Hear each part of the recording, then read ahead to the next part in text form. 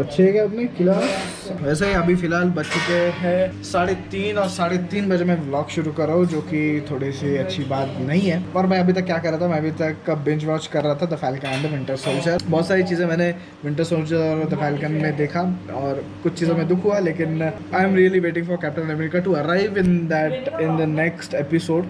Hope so हम देखेंगे। और अभी फ़िलहाल बहुत ज़्यादा भूख लगी है। 3:30 बजे हम लोग लंच करते हैं, लंच का टाइम हो गया है, बस स्टिल आज लेट हो गया क्योंकि मैं बिंज वॉच कर रहा था।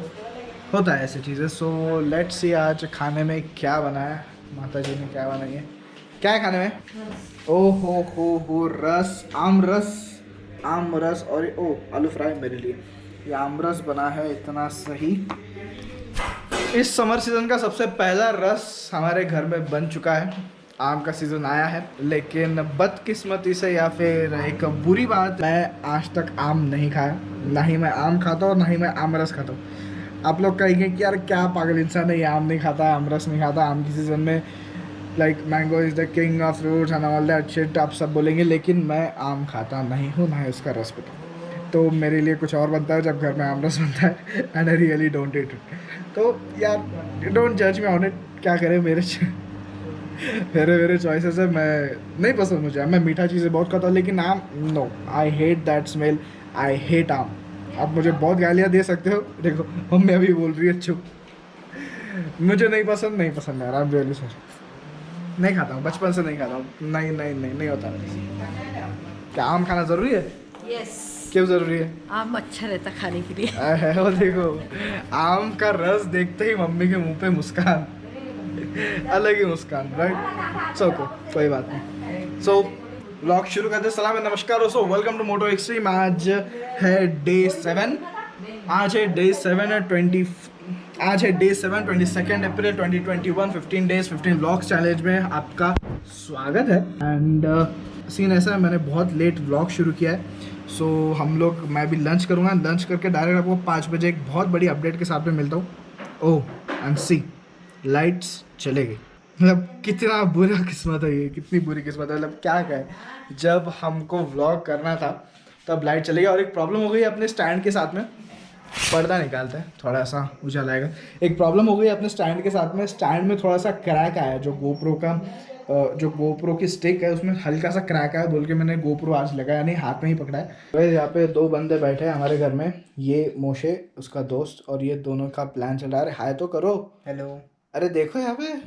हाय। अरे क्या तुम, इन लोगों को, ये बंदे को गेमर बनना है और इस बंदे को व्लॉगर बनना है, और ये दोनों व्लॉगिंग चैनल और गेमिंग चैनल शुरू करना चाहते हैं, और ये हाई भी नहीं कर सकते। मतलब क्या है, क्या मजाक बना के रखा है, पैसा बर्बाद टू।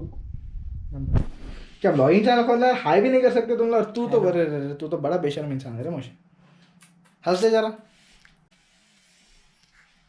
तू अगर रस खाएगा इतना ही खास तो मैं तेरे को, तू जो बोलेगा मैं दूंगी। नको एक नको, बगा नहीं, रस नहीं जाता तो नहीं जाता, फिनिश, इसके आगे कुछ नहीं कर सकते। मैं आलू फ्राई के साथ काम चालू कर, लेकिन नो नो नो नो रस। कितनी गंदी स्मेल आती है उसकी। स्मेल नहीं लेने का, मम्मा उसको स्मेल ही नहीं रहती।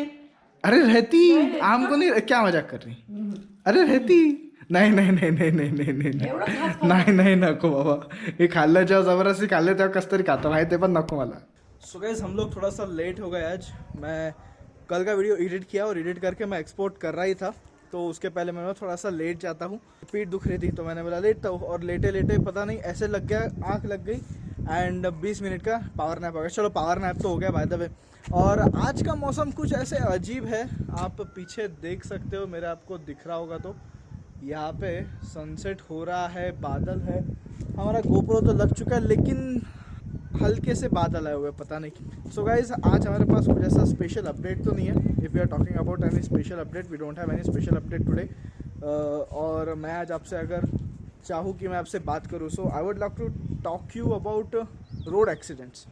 रोड एक्सीडेंट्स आजकल बहुत हो रहे हैं, मतलब इन कोविड टाइम्स में तो लोग ज़्यादा घूम रहे नहीं, लेकिन रोड एक्सीडेंट्स एक बहुत बड़ी प्रॉब्लम रही है हमारे। जब हम रोड पर राइड के लिए जाते हैं, कहीं भी जाते हैं, तो एक बहुत बड़ी प्रॉब्लम हमारे लिए रही है। तो सबसे पहले हम लोग बात करते हैं रोड एक्सीडेंट्स को टाला कैसे जाए। सबसे पहली बात मैं आपको कहूँगा कि आप बहुत सारे लोग हम लोग जब देखते हैं, कभी कभी मैं खुद वैसा करता हूँ, हम करेक्ट गियर्स पहन के घूमते नहीं हैं। Okay, if you have a sports bike, if you have a street bike, anything it में भी आप लोग अच्छे से गियर्स पहन के घूमते नहीं है। आपके सर के ऊपर हेलमेट नहीं होता है, ग्लोव्स और जैकेट्स और राइडिंग बूट्स तो ये बहुत दूर की बात है। हेलमेट रहना बहुत ज़रूरी है। हेलमेट रहना वो भी अच्छा खासा, बस पुलिस वालों से बचने के लिए, लेकिन एक अच्छा हेलमेट जो आपके सर की रक्षा करे। उस हेलमेट से मैं कैसे बचाऊँ ये स्टोरी मैं आपको बताऊँगा। पिछले 3 साल पहले की बात है, एवेंजर्स एंड गेम रिलीज हुई थी। मैं और मेरा एक फ्रेंड, हम लोग दोनों ने डिसाइड किए कि हम लोग एवेंजर्स देखने औरंगाबाद जाएंगे। जालना से औरंगाबाद, मतलब मई की बात है, 5 मई है शायद, मैं डेट भूल गया हूँ। और दोपहर में अचानक इतने गर्मी में हम लोग 2 बजे निकले, 5 बजे का टिकट हम लोगों ने बुक करा और हम लोग निकले। औरंगाबाद पहुँचते पहुँचते, मतलब कभी कभी ऐसा होता है कि अगर आपका कुछ एक्सीडेंट सामने होने वाला हो तो पहले आपको एक हल्की सी वार्निंग मिलती है। तो जैसे मैं बदनापुर के पास पहुँचा था, मेरा था कि जल्दी से पहुँचना है और करेक्ट टाइम पर पहुँच के पहले KFC का बर्गर खाना है, फिर बर्गर खा के अपने को मूवी देखना है। तो बर्गर खाने को 1 घंटा लग जाएगा। मैं निकला 2:15 को और जाने के लिए मेरी पैशन प्रो के ऊपर जाने के लिए ऑलमोस्ट 1.5 घंटा लगता है, क्योंकि इंजन छोटा सा है, ज़्यादा भगा नहीं सकते और ट्रैफिक वाला रास्ता है। तो हम लोग यहाँ से निकले और बदनापुर एक छोटा सा गाँव है, बीच में लगता है, उसके पास में एक औरत हमारे गाड़ी के सामने आई। वहाँ पर मैंने अर्जेंट में ब्रेक मारा, मुझे लगा यार बट इसके आगे अपने जाना चाहिए, मतलब इट्स ओके, कोई बात नहीं, यहाँ पे बच गए, अभी अपन सेफ चलाएंगे। तो मैं भगाया तो भी अच्छा भगाया, मतलब मेरी स्पीड थी 70-80 में जा रहा था। हाईवे है, 70-80 नॉर्मल स्पीड है। और वहाँ पे चिकलठाना बोल के एक जगह है, चिकलठाना मतलब औरंगाबाद के पास में, आप औरंगाबाद में चले जाते हो। वहाँ पर जब मैं पहुँच गया तो वहाँ पे बाज़ार लगा हुआ था। अब बाज़ार था, मैं स्लो हो गया, मतलब मेरी स्पीड ऑलमोस्ट 80 थी, 80 से 70। अब हाईवे है, मतलब बाज़ार, मतलब इतना बहुत गर्दी नहीं थी, लेकिन था वहाँ पे। और उसके आगे ही एक हॉस्पिटल है, गवर्नमेंट हॉस्पिटल, उसके पहले की बात है, एक छोटा सा ब्रिज आता है, वहाँ पे डिवाइडर था। अब एक इंसान था, पता नहीं अपने बाइक पर वो एक्सट्रीम लेफ्ट से फुटपाथ के साइड से जा रहा था। मैं यहाँ पे मेरे लेन में चल रहा हूँ, मेरी स्पीड 70 किलोमीटर पर आवर है, और वो बंदा बिना इंडिकेटर दिए डायरेक्ट घुस जाता है डिवाइडर में से निकलने के लिए। मैं मेरी बाइक कैसे कंट्रोल करूँगा जब वो बंदे ने इंडिकेटर दिया नहीं, कुछ नहीं, और वो फटाक से ऐसे घुस जाता है आड़ा डिवाइडर से निकलने के लिए, डिवाइडर से टर्न लेने के, और रुक जाता है बीच में। और उसका एक टायर पीछे के साइड में, मतलब डिवाइडर के बराबर बीच में भी नहीं, आधा ही रुका है और आधा रोड पे उसका पीछे का टायर है। मैं अगर कंट्रोल करता मेरी बाइक, तो मैं पक्का गिर जाता, स्किड होके गिरता, मुझे ज़्यादा लगता, इसलिए मुझे ठोकना पड़ा। मतलब मेरे पास कोई चारा नहीं था वो करने की वजह। मैंने ब्रेक मारा, मेरी स्पीड 70 से 50 है, और at the speed of 50 kilometre per hour मैंने उसको ठोक दिया। और मेरे सर पे हेलमेट था, और मेरे पीछे जो इंसान बैठा था उसने कुछ भी नहीं पहना था।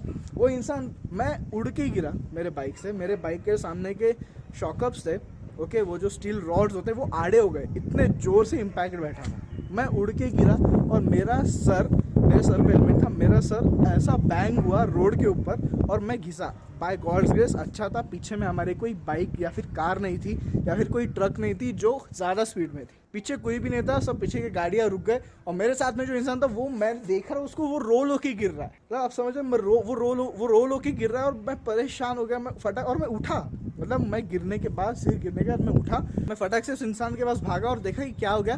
तो उसको मेरे से ज़्यादा लगा, मतलब कुछ इंजरी नहीं हुई, लेकिन इंटरनल इंजरी हो गई, जो कि परमानेंट हो गई। मतलब आज भी उस इंसान का उस एक्सीडेंट के वजह से कमर में पेन या फिर कहीं ना कहीं पेन होता है, लेकिन मैं उस हेलमेट की वजह से बच गया। अगर काश उसके पास भी हेलमेट होता या राइडिंग गियर्स तब होते तो शायद वो भी बच जाता, लेकिन मैं बच गया। सो इतना इंपॉर्टेंट, अगर उस दिन मेरे पास हेलमेट नहीं होता, हालांकि मैं निकलने के पहले मैंने सोचा यार आज हेलमेट क्यों लेना, इतनी गर्मी है, बहुत पसीना आएगा सर में, चलो वैसे जाते नहीं, मैंने बोला नहीं हेलमेट लेना है। मैं लेने नहीं वाला था, बट मैं लेके निकला, तो ऐसे हेलमेट से बचा। सो हेलमेट देखो कितना इंपॉर्टेंट है, वो भी अच्छी कंपनी वाला। अगर कोई 100-200 वाला होता तो बैंग होता तो वो टूट जाता और मेरा सर भी फूट जाता, और शायद से मैं आज आपसे बात भी नहीं कर रहा था। तो ऐसे एक्सीडेंट्स होते हैं। अभी वो इंसान का प्रेजेंस ऑफ माइंड कहाँ पे था, मैं उसकी गलती है, मेरी है, पता नहीं क्या था, कैसे हुआ। मैं देख रहा था कि यार वो घुस गया, अचानक मैं ठोक दिया, and it happen.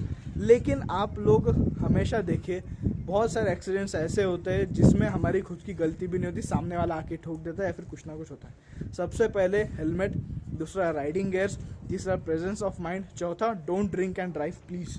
So don't do that, खुद को बचाओ। मैं आपको कहूँगा कि एक्सीडेंट्स ऐसे चीज़ों की वजह से होते हैं। कभी हमसे गलती होती है, कभी कोई कट मार के जाता है, कभी बस वाला ठोक देता है, कुछ भी राइडर्स को बहुत सारी चीज़ें सहन करनी पड़ती है। लेकिन राइडर, एक डिसिप्लिन राइडर अपनी लेन पकड़ के अच्छे से बाइक चलाए तो वो सेफ होता है। इतने सारे ब्लॉगर्स को हम लोग देखते हैं जो इतना ट्रैवल करते हैं, दूर दूर तक ट्रैवल करते हैं, पता नहीं कहाँ से कहाँ तक जाते हैं, लेकिन सेफली जाते हैं, सेफली आते हैं। हम लोग व्लॉग में देखते हैं कि लोग कैसे कट मार के जाते हैं, कैसे बस साइड से जाती है, क्या क्या होता है रोड पे, लेकिन सबके ऊपर इट्स ऑल गॉड्स ग्रेस, सबके ऊपर भगवान की कृपा है जिसकी वजह से वो लोग बचते हैं, सेफली जाते हैं, सेफली ट्रैवल करते हैं, सेफली आते हैं। तो वैसे एक डिसिप्लिन राइडर बने।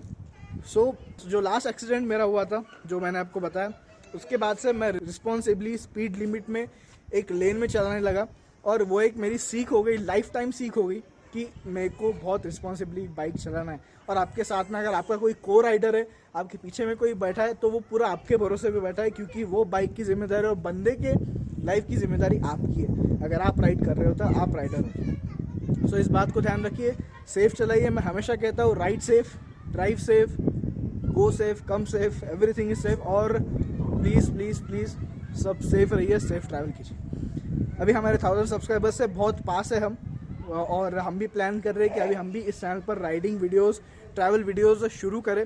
जैसे ही 1000 सब्सक्राइबर्स तक आप मुझे पहुंचाते हो, हम लोग 1000 किलोमीटर्स के राइड पर जाने वाली। ये फिर से एक बार मैं रिपीट कर रहा हूँ, और जल्दी जाएंगे।